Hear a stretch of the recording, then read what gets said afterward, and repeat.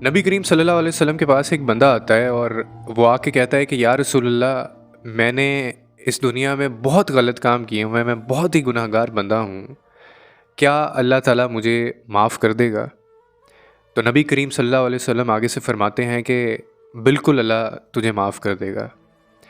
अब वो शख्स बड़ा बड़ा हैरान होता है, वो फिर कहता है कि या रसूलल्लाह, आपको अंदाज़ा नहीं है कि मैंने कितने कितने इस दुनिया में गंदे काम किए हुए हैं और मैं कितना बुरा बुरा और कितना घटिया इंसान हूँ, तो क्या अब अल्लाह ताला मुझे माफ़ कर देगा? तो नबी करीम सल्लल्लाहु अलैहि वसल्लम आगे से फिर फरमाते हैं कि मेरा अल्लाह बिल्कुल तुझे माफ़ कर देगा। यहाँ तक कि अगर समुंदर की झाग के बराबर भी, उस जितने भी अगर गुनाह तूने ज़िंदगी में किए हुए हैं ना, तो वो तब भी तुझे माफ़ कर सकता है। और फिर कहते हैं कि जुल्म जो लोग करते हैं अपनी ज़िंदगी के ऊपर, जो इंसान ज़िंदगी में सबसे बड़ा जुल्म अपने ऊपर अगर करेगा ना, तो वो ये होगा कि वो खुदा की रहमत से मायूस हो जाएगा।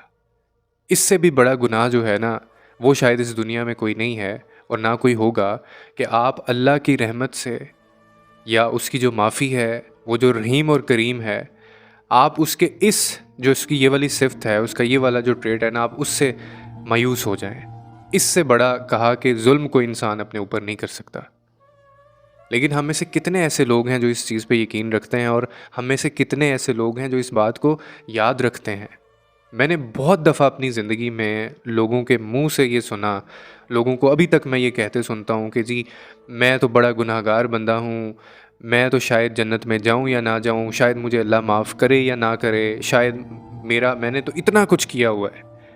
हम लोग कन्फेस करते हैं इन सारी चीज़ों पे, और आपको पता है कि जब हम ये चीज़ें कन्फेस कर रहे होते हैं तो हम खुदा की एक बहुत बड़ी सिफ़त, जो वो खुद कहता है कि मैं माफ़ करने वाला हूँ, मैं रहम करने वाला हूँ, हम उसको भी इग्नोर कर रहे होते हैं जब हम इस तरह के अल्फाज कहते हैं एक दूसरे को।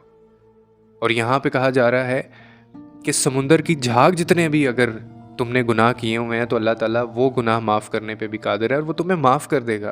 तो इसीलिए बहुत ज़रूरी है कि हम ऐसे अल्फाज अपने मुंह से ना निकाला करें, बल्कि हम इस चीज़ पे यकीन रखें और अल्लाह ताला से, बेशक वही माफ़ करने वाला है। चाहे आप ज़िंदगी में जो भी आपसे कमियाँ, कोताहियाँ, गलतियाँ, गुनाह, न जाने क्या कुछ हो जाता है इंसान से। और ये अल्लाह ने हम अब जब आप गुनाह कर रहे होते हैं ना, और आप ये यकीन रखते हैं कि अल्लाह ताला आपके गुनाह माफ़ नहीं करेगा या आपको इसकी सज़ा मिलेगी ही मिलेगी, तो आप अल्लाह ताला ने हमारे अंदर, एक दिल के अंदर, हमारी रूह में अल्लाह ने एक ऐसी चीज़ डाली है, एक ऐसा जिसको आप ज़मीर भी कहते हैं, जो बुरा नहीं हो सकता। ठीक है? जो इंसान की असल जो नेचर है ना, वो कभी भी उसको गलत काम करने पे नहीं उकसाती। अगर आप थोड़ा-सा उसकी नेचर को समझें, अगर आप थोड़ा-सा अपने आप को स्टडी करें, इंसान अपने आप को देखे, समझे, तो अल्लाह ने हमारे अंदर ये नूर, हमारी रूह के अंदर एक ऐसी चीज़ डाली है, रखी है, कि हमें सही और गलत का पता होता है। और जब हम कोई गुनाह करते हैं, जब कोई भी ऐसी चीज़ करते हैं, तो वो हमें रेज़िस्ट करता है उस चीज़ से।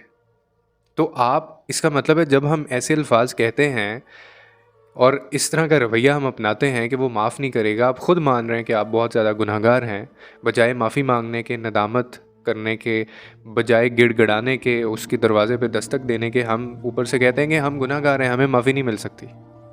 तो आप वो जो अल्लाह ने आपके अंदर एक अच्छाई पैदा की है, रखी है, आप उसको भी मार रहे हैं, आप उसकी भी नफ़ी कर रहे हैं। और बेशक मेरा अल्लाह माफ़ करने वाला है, वो सब कुछ माफ़ कर सकता है।